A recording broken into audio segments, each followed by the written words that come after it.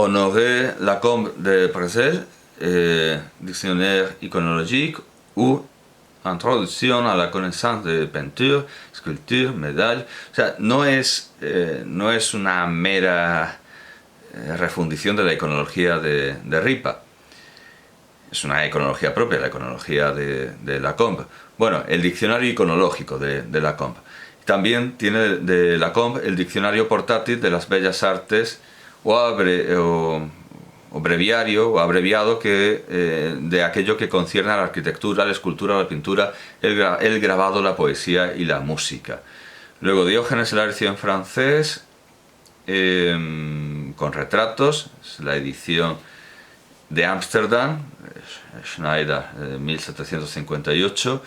La gramática griega pues es obra de Claude Lancelot y Antoine Arnaud, los autores admiradísimos por Chomsky, y Pierre Nicole.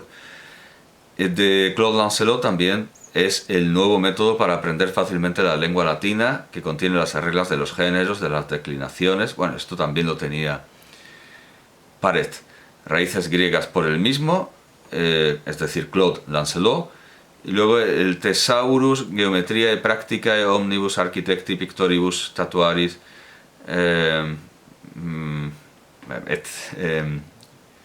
e via dicendo, digamos, per utilis, publicado en Londres 1737. Esto es de Sébastien Leclerc. De Leclerc también, de Leclerc es el Tratado de Arquitectura. Y luego nos pasamos a Nicolas Langlais de Dufresnoy, tablas cronológicas de la historia universal, sagrada y profana. De Giovanni Paolo Lomazzo, el Trattato del arte de la pittura, escultura y arquitectura, 1585. Las obras de Luciano no se han identificado, ni los diálogos de Luciano, ni nada parecido. Montchablon, Dictionnaire abrégé d'Antiquité pour servir à l'intelligence de l'histoire ancienne. Jean Muret, Ceremonias fúnebres de toutes les nations, un libro de antropología, ceremonias fúnebres de todas las naciones, 1675. El oficio de Nuestra Señora dice que, bueno, a lo largo del siglo XVIII se publicaron decenas, o sea que le echen un galgo igualmente. Pellegrino Antonio Orlandi, l'abbecedario pittorico dell'autore Pellegrino Antonio Orlandi, ristampato, corretto e accresciuto di molti professori e di altre notizie spettanti alla pittura, 1733. Jean-Baptiste Louis Osmond, Dictionnaire typographique, historique et critique de livres rares, o sea, también era un bibliófilo, Paret. Ovidio, no está identificado. Sí que nos interesa mucho el Pausanias. Parece ser que solo tenía 2 volúmenes del Pausanias, que entiendo que no es la obra completa. Pausanias o Viaje histórico de Grecia, traducido en francés con notas por el señor abate Gedouin. 2 volúmenes solo, 1731. Bueno, si los volúmenes son gordos podría estar, pero no creo. Gabinete de las Bellas Artes en francés es la obra de Claude Perrault y Charles Perrault, Le cabinet des beaux-arts ou recueil de temps gravés d'après le tableau d'un plafond où les beaux-arts sont représentés avec l'explication de ce même tableau, de 1690. Piezas de poesía selectas, no identificadas. Curso de pintura por Roger de Pile, cours de peinture par... sí, curso de... se lo salta, curso de cultura por principios. Bueno, Roger de Pile también tiene una disertación sur les ouvrages de plus fameux peintres. Píndaro no se sabe qué edición es. Si identificamos Noël Antoine Pluche, Histoire du ciel, où l'on recherche l'origine de l'idolâtrie et le mépris de la philosophie, 2 volúmenes.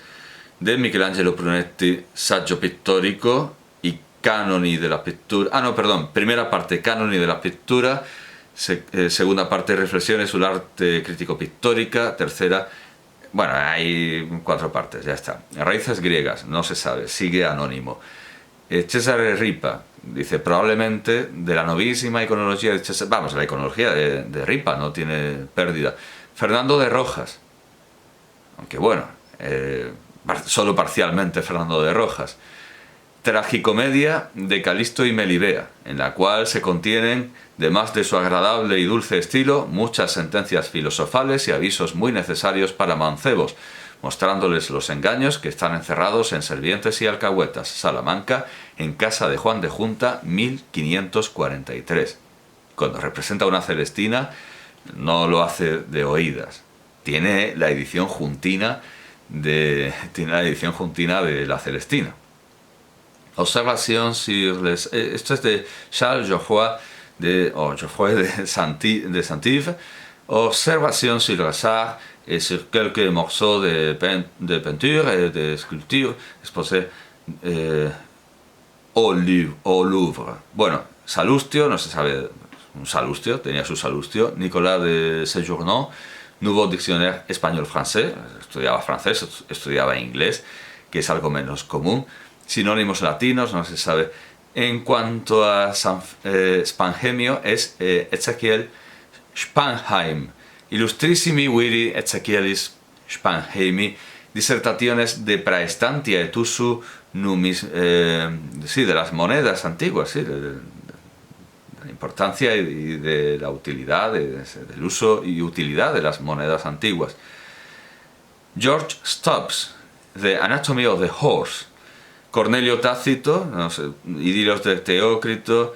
Bueno, el tesoro de geometría pues puede ser el de Leclerc, pero no coincide. Bueno, Tucídides, tenía un Tucídides, ni más ni menos que editado por Henri Etienne, de 1564, de bello Peloponnesiaco, idem latine ex interpretatione Laurenti, Walla, ab Enrico Stefano Recognita. O sea, tenía la edición de Lorenzo Valla y Henri Etienne, un refinamiento filológico extremo. De Vasari, bueno, Vasari lo tenía en italiano, edición de 1568, edición juntina, pero claro, no de Juan, antes he dicho juntino en broma, por junta. Esta es una edición juntina de verdad, Apreso y Giunti, 1568. Nicolas Verriand, recueil d'emblèmes, devises, médailles et figures hiéroglyphiques, colección de emblemas, divisas, medallas y figuras jeroglíficas, con el número de más de bueno, en fin, 1696. Virgilio, no se sabe qué Virgilio usa, y ya está. Esto es lo que sabemos de la biblioteca de este hombre doctísimo, pero seguramente contaba con más volúmenes que se habrán ido perdiendo con tanto exilio y con tanto movimiento, y por supuesto consultaría muchísimos más en las bibliotecas áulicas, conventuales, públicas, escasas, que pudo tener a su disposición, sin lugar a dudas. Bueno, pues volvamos a Ceán Bermúdez, después de este largo paréntesis, intentando encontrar explicaciones a los muchos misterios que plantea este cuadro, que nos ha hecho salir de Ceán Bermúdez, la circunspección de Diógenes cuando sus amigos disfrazados intentaron distraerle del estudio, y sigamos con las obras enumeradas por Ceán Bermúdez. En Aranjuez, en el Palacio de Aranjuez, un cuadro grande que representa la fiesta de las parejas reales con un numeroso concurso del pueblo. Este está expuesto ahora en el Prado en la exposición temporal. Realmente es un cuadro muy similar a los cuadros de pollos y de cebras. No es pintura científica, pero es pintura testimonial, una pintura histórica. No tiene tanto interés. Escorial, Casino del Rey. Otras vistas de distintos puertos. Pamplona, las trazas de 5 fuentes que se trabajaron para esta ciudad. Pues también pintura práctica. Viana, en Navarra, Capilla de San Juan del Ramo, los 2 lienzos al óleo de la aparición del arcángel San Gabriel a Zacarías y de la visitación a Santa Isabel, y toda la pintura al temple de esta capilla. Bilbao, San Antonio Abad, el cuadro de la Capilla del Sagrario. Santiago, el monumento de Semana Santa. Casa del Ayuntamiento, el cuadro del Oratorio. el matadero, las trazas de la nueva fábrica, las plazas, los dibujos de 2 fuentes públicas ejecutadas en jaspes y bronces, la Rabezúa en Vizcaya. En la parroquia está el martirio de Santa Lucía en su capilla y la traza de su retablo. Bien. Estas son las obras que a Ceán Bermúdez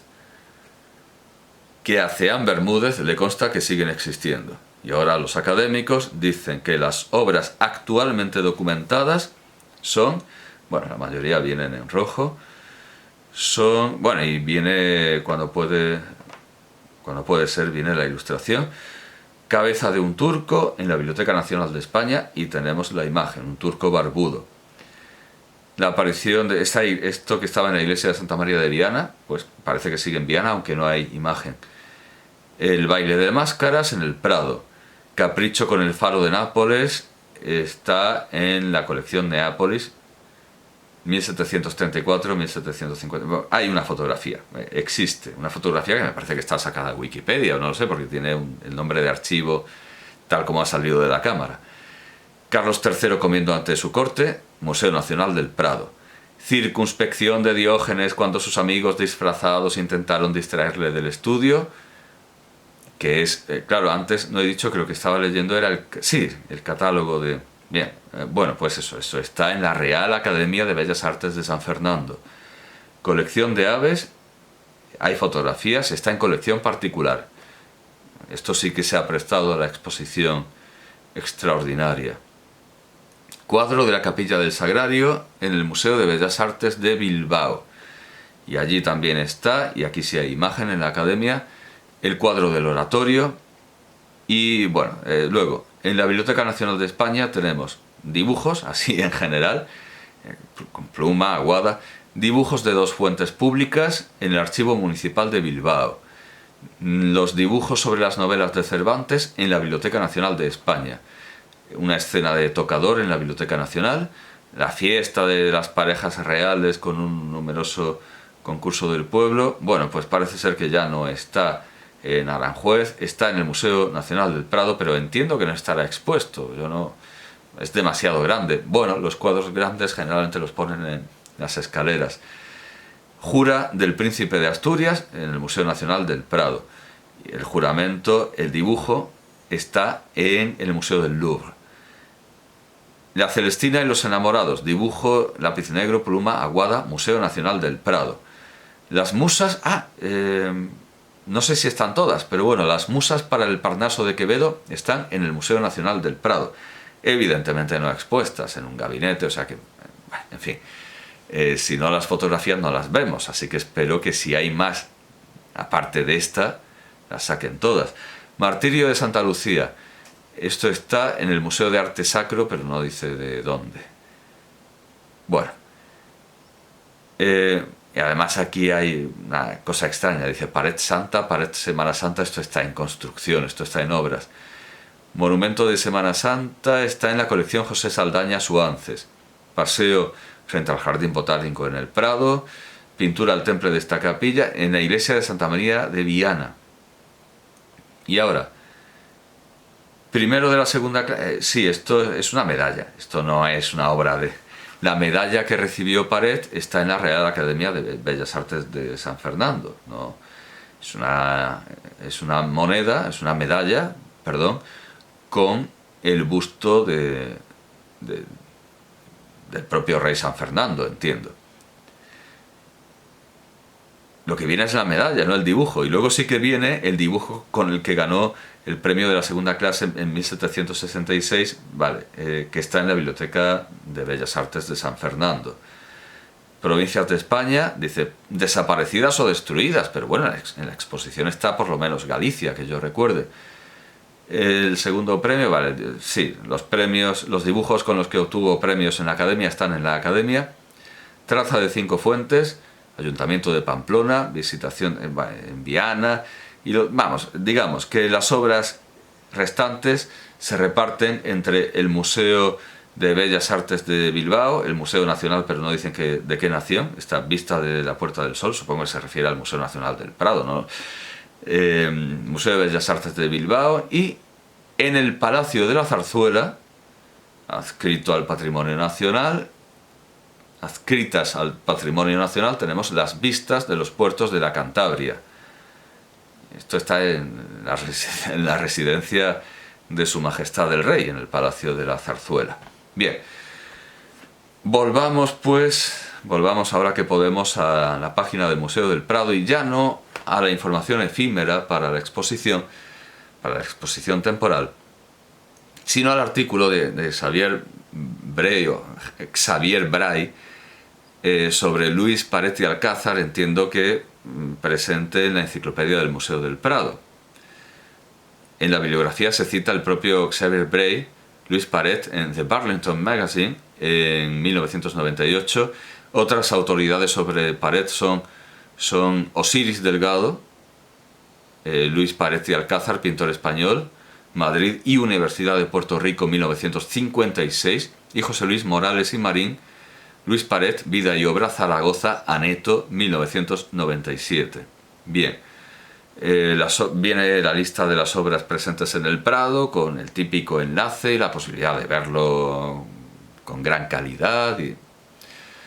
Vayamos a la biografía, que nos va a completar, nos va a revelar cosas que el amigo de Paret, Ceán Bermúdez, callaba. Madrid, 1746-1799. Luis Paret y Alcázar. Madrid, 1746-1799. Pintor español.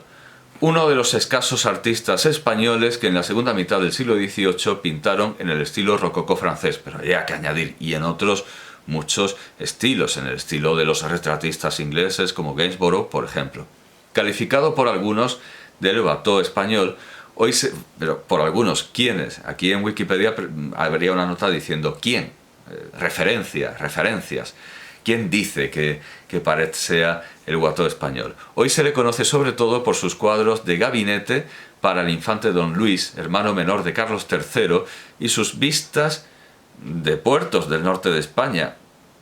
No creo que se lo conozca por las vistas se lo conocerá en los puertos del norte de España, donde les parece bien tener una obra de un gran pintor que saca a su pueblo, pero no creo que sea famoso por eso. Parecidas a las de Claude Joseph Vernet. Paret, coetáneo de Francisco de Goya, nació en Madrid, de padre francés y madre española. A los 10 años ingresó en la Real, o sea, sí que podríamos decir perfectamente Paret, porque no es un apellido catalán ni aragonés ni nada parecido, es un apellido francés, pero está plenamente españolizado. Como Udrid, por ejemplo, el autor de Los sitios de Zaragoza, solo que claro, no sé si se dice Oudrid, pero seguramente se dice Oudrid. Bueno, pues igualmente se pronuncia Paret, como si fuera, ya lo digo, un aragonés o un catalán, o un valenciano, un mallorquín, a pesar de que es un francés madrileño. De padre francés y madre española. A los 10 años ingresó en la... todo esto ya lo había dicho, perdón. También influyen en su estilo... No, perdón. A los 10 años ingresó en la Real Academia de San Fernando, sí, iba bien, donde fue alumno de Antonio González Velázquez.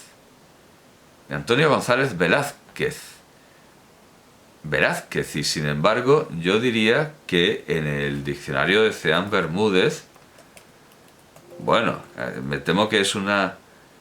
Perdón, lo he leído mal. Estaba pensando seguramente en el humorista Antonio González Vázquez. Perdón, si he leído Antonio González Vázquez. No puedo hacer un corte, bueno, en fin, fe de ratas. De todas maneras, yo enlazo los textos y, evidentemente, quienes me sigan lo estudiarán y profundizarán. Perdón por la errata estúpida, estaba pensando en el humorista Antonio González Velázquez. De nuevo, disculpas. Discípulo de Antonio González Velázquez. Perdón.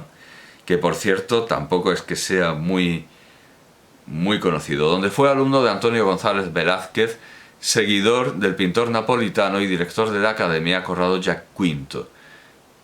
En 1763 atrajo la atención del infante don Luis, que le tomó bajo su tutela y le costeó 3 años de estancia en Roma.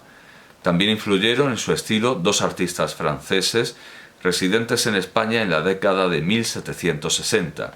Augustin Duflo, joyero del rey, que le dio clases de dibujo, y Charles-François de la Traverse, que fue su profesor al volver Paret de Roma en 1766. De Traverse tomó Paret, pero de verdad, perdón por lo de Antonio González, Velázquez, tomó Paret la factura empastada y los tonos pastel, notas constantes de su pintura durante toda su carrera. La relación del artista con el infante don Luis, y esto es lo que calla Ceán Bermúdez, tuvo un final desastroso en 1775, cuando se le acusó de procurar mujeres jóvenes a su regio mecenas y Carlos III lo desterró de Madrid. Vivió 3 años exiliado en Puerto Rico y en 1778 regresó a España y se estableció en Bilbao, donde permaneció hasta 1789. Además de suministrar pinturas religiosas a iglesias locales, diseñó varios edificios públicos y fuentes para Bilbao y Pamplona.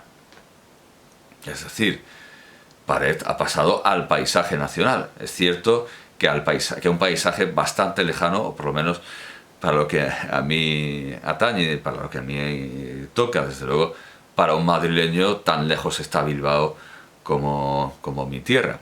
Así que sí, ha pasado al paisaje que podemos ver todos, aunque más los madrileños que yo. Hizo también una serie de vistas de los puertos de Bermeo, Pasajes y San Sebastián para la decoración de las casas de campo de Carlos III. En 1789 pudo por fin regresar a Madrid, no se había establecido en Bilbao por placer, tenía ese encargo de pintar vistas, era, como he dicho antes, la continuación del destierro, la continuación del exilio. En 1789 pudo por fin regresar a Madrid tras el fallecimiento del monarca el año anterior. Carlos III era muy rigorista, no le gustaba nada eso del proxenetismo. Se dice que es el único rey de España, por lo menos el único rey Borbón que no ha tenido amantes, aunque las memorias de Beaumarchais dicen lo contrario. Negoció con la amante del rey Carlos III.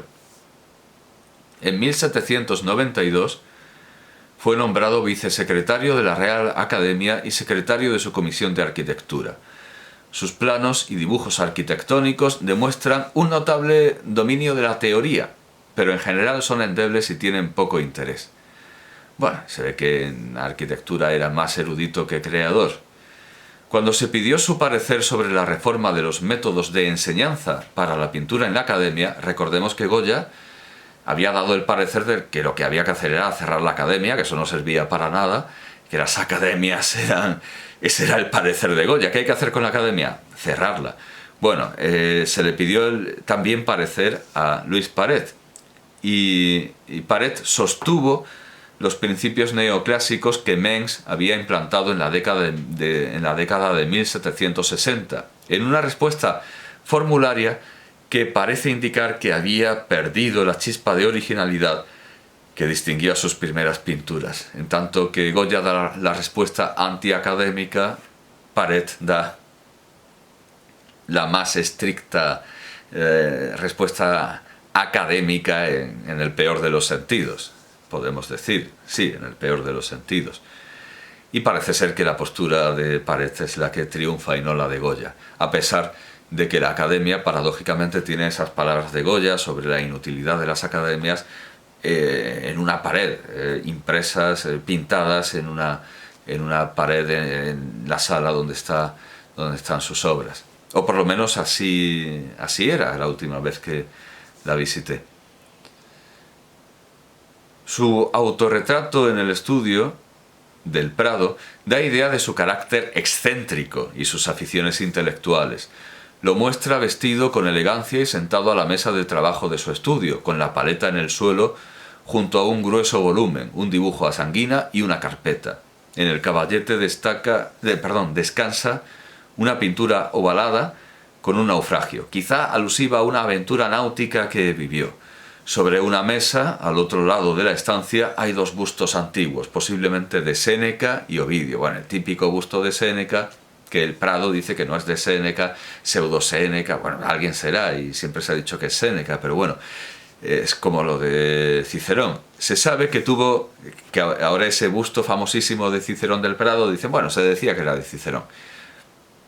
No sabemos, seguramente no. Vamos, yo creo que, desde luego, coincide con la descripción de Plutarco, más que el otro. Se sabe que tuvo gran afición a la literatura clásica y que dominaba el griego y el latín. Y bueno, y ya ha dicho Ceán Bermúdez que las lenguas modernas e incluso las orientales. En Roma tradujo al español los diálogos de Luciano de Samosata, y firmó en griego muchos de sus cuadritos de gabinete. De hecho, la cena de Carlos III, eso se me ha olvidado, lo cuenta, vamos, creo recordar que lo cuenta María Luisa Caturla en este estudio. Sí. Me he parado justamente cuando lo explicaba. Dice, como en el Diógenes había dado una sensación de estridencia a fuerza de apreturas amontonando formas. Sigue, no está fechado el cuadrito de la comida, aunque sí firmado, en griego, lo pone entre signos de exclamación, en griego. Se dice pintado por, y esto es la traducción que falta en el catálogo de esta exposición extraordinaria de 2022, no hay ni transcripción ni traducción de los textos griegos. Aquí viene la traducción del texto griego con el que está firmada la cena de Carlos III, la comida de Carlos III, Carlos III cenando ante su corte. Luis Paret, hijo de su padre y de su madre. Esto es lo que pone en griego. Luis Paret, hijo de su padre y de su madre. Ocurrencia, dice la investigadora, que denota buen humor. Bueno, terminemos con el análisis de esta obra. Dice, notamos a las figurillas como más alargadas y hacia 1780 es tendencia general del arte prolongarlas contra las proporciones cortas de mediados de siglo. Intenta fechar el cuadro por la proporción. Bien. Esto a propósito de su afición por el griego. Sabía griego, firmaba en griego, lo cual es un gesto de erudición bastante divertido, en efecto. En el inventario de su biblioteca, que acabamos de ver, constan abundantes obras de autores clásicos, algunas en versión original.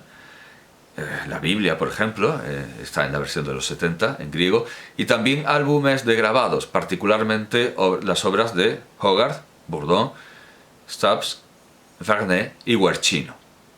Bien, pues con esto creo que tenemos la presentación perfecta en 3 escasos enlaces.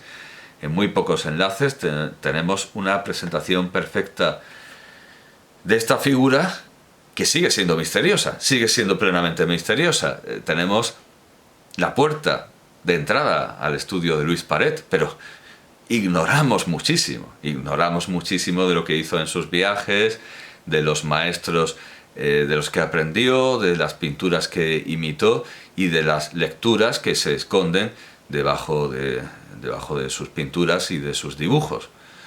No sabemos qué inspiró, por ejemplo, el nigromante, pero ante todo, y esta es la gran espina, no una pequeña espina, sino que estamos empalados por la duda de saber, por el desconocimiento de la fuente de esta magnífica obra que es la circunspección de Diógenes ante sus amigos que aparecen enmascarados.